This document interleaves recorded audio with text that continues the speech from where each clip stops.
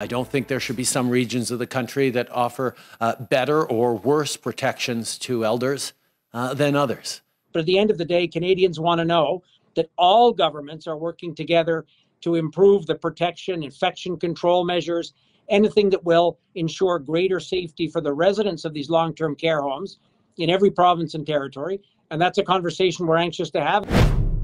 Welcome back to Power and Politics. The federal government wants to create national standards, as you heard there, for long-term care homes. This afternoon, the Prime Minister spoke about it with the premiers in their 20th virtual meeting since the pandemic hit. Long-term care is under provincial jurisdiction, I should say. So how likely are the feds to get all the provinces on board with such a plan? Tony Clement is a former federal minister and Ontario health minister. He's in Muskoka, Ontario. Ujjal Dosanjh is a former BC premier and federal health minister. He's with us from Vancouver. Hi, both of you. Great to see you.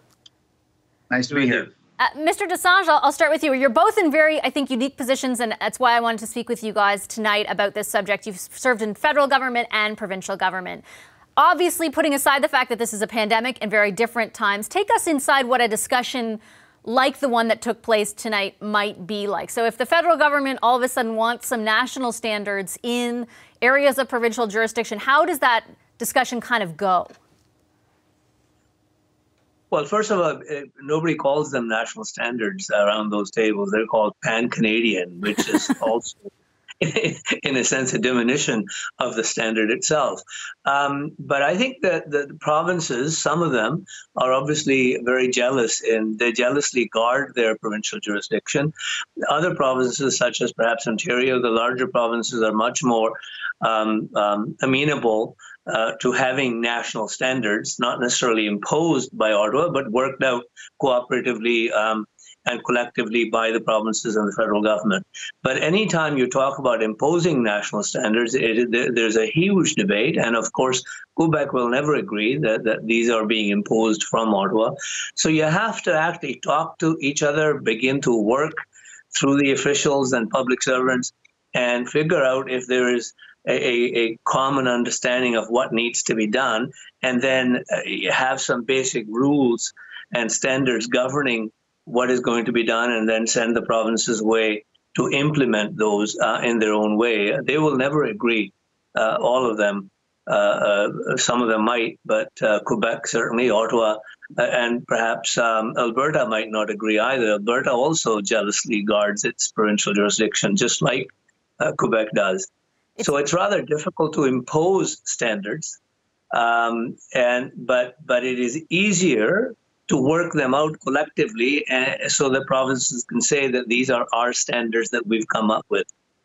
Yeah, it's interesting that you highlight the word impose, because a few days ago I was interviewing Mr. Clement, Intergovernmental Affairs Minister Dominic LeBlanc, who was on this call as well. And I used the word impose at one point. He said, whoa, whoa, whoa, I disagree with your characterization. He was very intent on making sure the audience knew that they were not going to impose anything on the province, and he wanted the word collaboration used in its place. Is that strategic, I imagine, Mr. Clement? Yeah, absolutely. And look, you attract more flies with honey than with vinegar. So here's the way it works at these federal provincial conferences. Federal government says we want a national standard, or that. First thing out of the mouths of the premiers, show us the money. If you want a national standard, you have to pay for that national standard. It's not coming out of our taxpayers, it's going to come out of the general federal taxpayer. And that's very important, especially for the poorer provinces. Mm-hmm. And then Quebec will say, we'll take the money, but you cannot impose the standard, just as Ujjal said. So that's the way that it's worked for 50, 60 years of federalism, and it's not going to change with the pandemic, I would say. And the other thing is, of course, when it comes to long-term care facilities, what are those standards? Long-term care facilities are highly regulated right now. The federal government has no experience regulating long-term care facilities. They have some experience when federal government set up homes for veterans, care homes and hospitals for veterans. But those were, in effect, transferred to provincial jurisdiction after a while anyway. So what are those standards that the federal government knows, has omniscience about, that the provincial governments don't have the capacity or the experience to do? It's very hard to see how that would go. Yeah, it's difficult to see what they would be, Mr. Desange, but you have to think that there's got to be, I mean, most provinces are going to want to have that conversation anyway, just given what we've all sort of witnessed, right? Whether the standards are developed at the provincial level or federal level, I think most Canadians would agree that given the number of deaths in long-term care homes, there needs to be some change in standards. I'm not postulating about where they come from, but certainly they at least, the discussion has the ear of Canadians at this point. Yes, and I think provincial governments have the know-how, as Tony just said. They have the know-how, so it's the provincial officials working with the federal official public servants that might develop some standards. And then, of course, Quebec will go off and say, we will do similar standards, but we'll develop them on our own. And that's called asymmetrical federalism, which is what I got used to when I went into federal politics.